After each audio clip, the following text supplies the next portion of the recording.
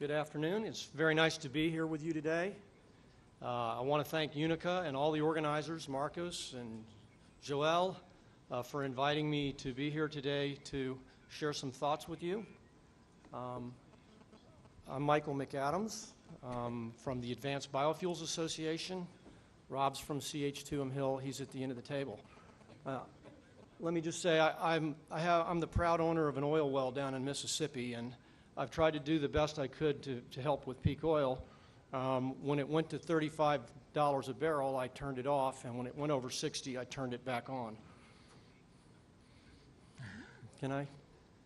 Thank you very much. I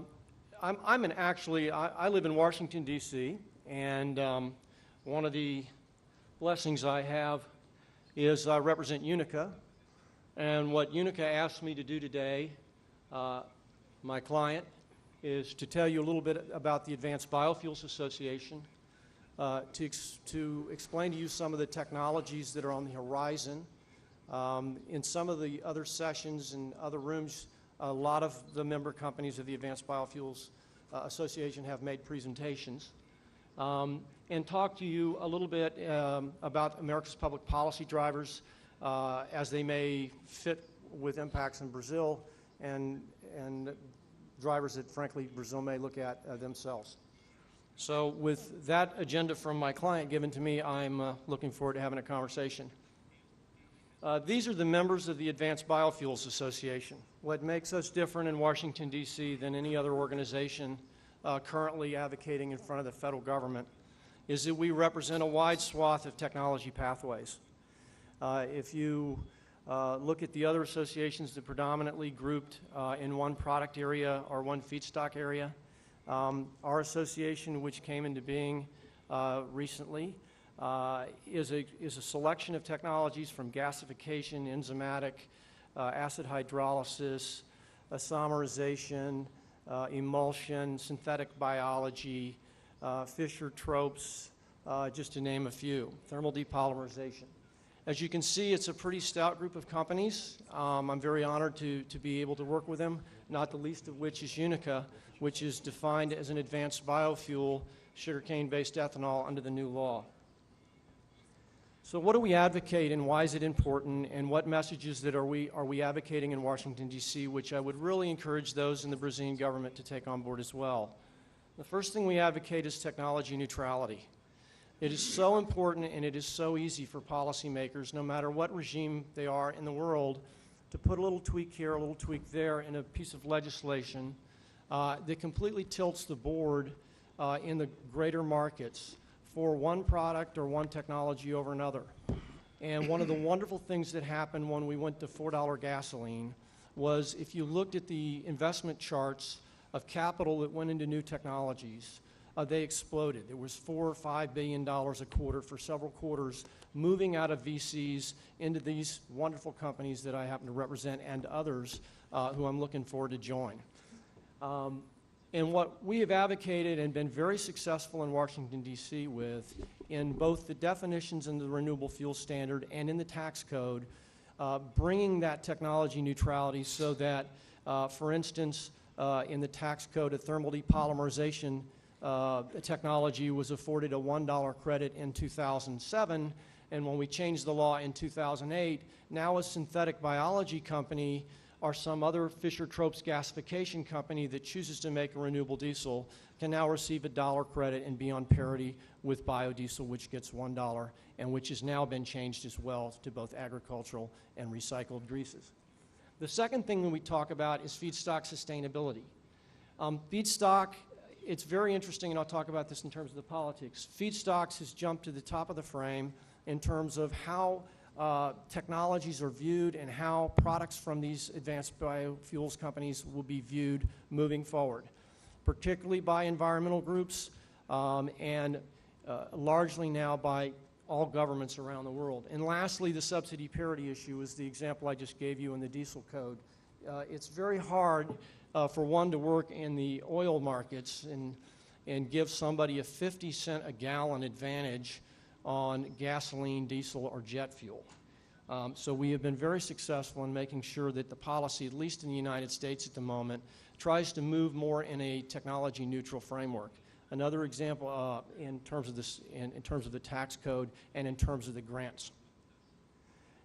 This is a quick slide that just lays out, for those of you, because we're leaving our slides, I thought some of you might like this slide, which lays out the various different technology pathways, their inputs, and their outputs. Lastly, I have a couple of quick messages that I always try to give the Congress when I testify. I've testified recently in front of the Senate Environment Committee, and the Senate Energy Committee, the House committees, and that is that all fuels are not created equal.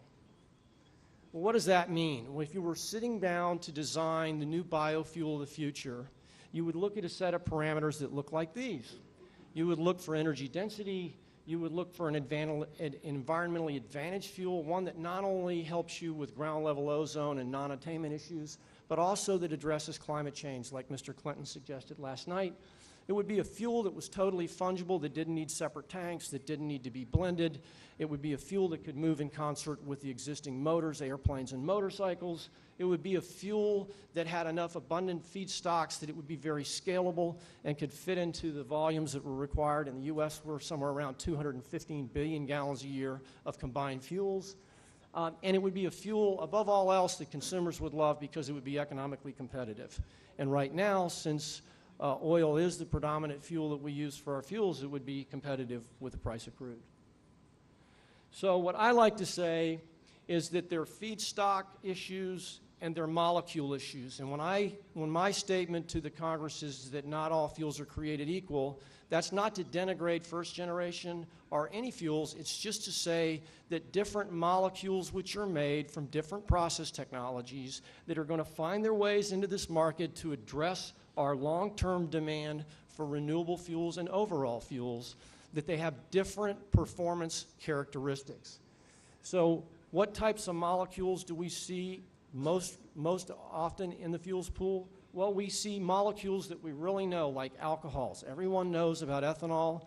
Not a lot of people know about isoprene, which is a heavier branched alcohol. But there are a range of molecules that are now going to be made and compartmentalized, speciated, if you will, that will go into the fuel system, not necessarily as neat fuels, but as blend fuels or blend components for the wide range of products that we use every day. And this comes back to the caution I made at the top of my remarks about how policy has to allow those volumes to come in by not tying them to a spec that may be 50 years old and not understanding that a T90 distillation point or viscosity point or a flammability point, if you're laying that down for a speciated molecule, may knock it out of compliance with a reg in some other section of the government, no matter where you are. So there are four basic molecules that we use. We're using hydrocarbon molecules, which we've used for hundreds of years. Our technologies in this, largely from this association, are companies that will literally be able to make hydrocarbon molecules, and many of them will make them out of sugars. So if you have had the chance to listen to Virent or Amyris or Gevo or Solazyme or LS9 or BP, all of these companies are looking for ways in which they will enzymatically, through a fermentation process, bring a sugar, a C5 or a C6 sugar, into the market as a fungible, scalable, cost-effective, high-performance, good air quality, low life cycle fuel. I put two charts in here just to show you some technology frames. This chart seeks to show you the difference between the coal point starts of the biodiesel technology, which is a fatty acid methyl ester technology. In the States, that's a 6751 ASTM spec, versus what is now moving into the renewable diesel or the green diesel if you're UOP. These are all technologies that either are synthetic biology technologies, gasification technologies, or technologies that come out of the hydrotreating or catalyst worlds. And you can see there's a significant difference, and one of the reasons that jet fuels are so interesting in this class of technologies is you can see how low their freeze point is, which is an absolute must when you're running a jet airplane at 35,000 feet. This is a gasoline example from one of our companies. And again, you can see the energy densities. Most of these companies, when they make a hydrocarbon-based gasoline, a synthetic gasoline molecule, have tremendous air RVP issues.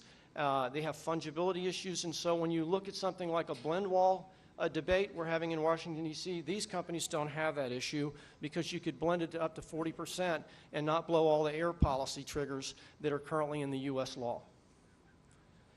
So what are the United States policy drivers? And I want to suggest to the room here that these policy drivers have shifted a bit in the last 6 months since Mr. Obama became the President of the United States.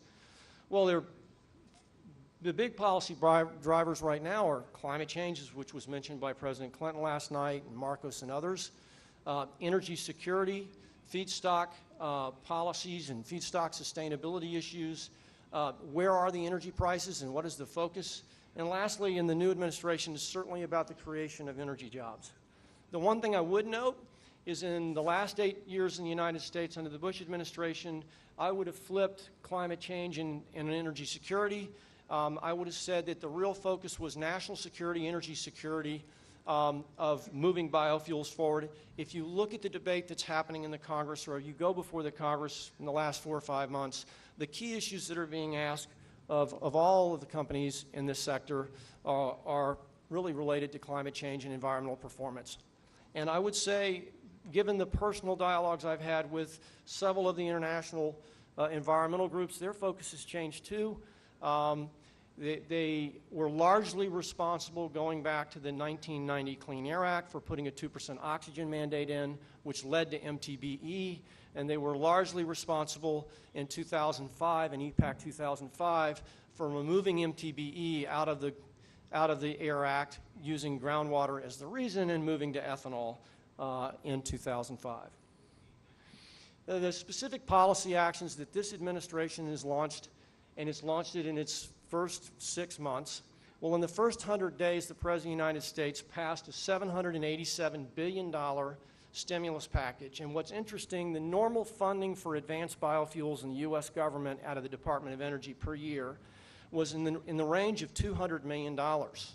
And of that, the way that Congress earmarks things, about half of that was free money that could be openly solicited. The other was earmarked and told where it was going to go by members of Congress. In that bill, $800 million for grants are in place. The bidding solicitation ends on June 30th. That's the end of this month. $480 million is reserved for pilot plants and demonstration plants. $178 million is set aside for commercial. There's also an additional $6 billion of loan guarantees that he's put in place. That $6 billion at a 10% leverage rate could amount to $60 billion of infusion into this sector at a time when you see extreme decrease in investment in this particular field. Also, we're moving a climate change bill. That bill moved out of the House Commerce Committee just 2 weeks ago. It's the first time in my career we've actually seen a cap and trade bill move in a committee in the House. They're going to try to get it onto the floor of the House of Representatives by July 4th. I think that's highly unlikely, but I do think you'll see the bill either in July or at the very latest September move through the House, and the Senate's a whole different story. Congress will also move tax policy. And tax policy is key to the advanced biofuels and to the first-generation fuels. I think we're going to see an open debate in 2010 of whether or not we have the tax policy right in Washington, D.C. across the whole suite of biofuels. As I put up here, there are some discussions with respect to whether or not the biomass-based diesel provisions and the biodiesel provisions and the alternative tax provisions, that whether they're structured correctly and whether there ought to be some kind of technology-neutral, overlying advanced biofuels tax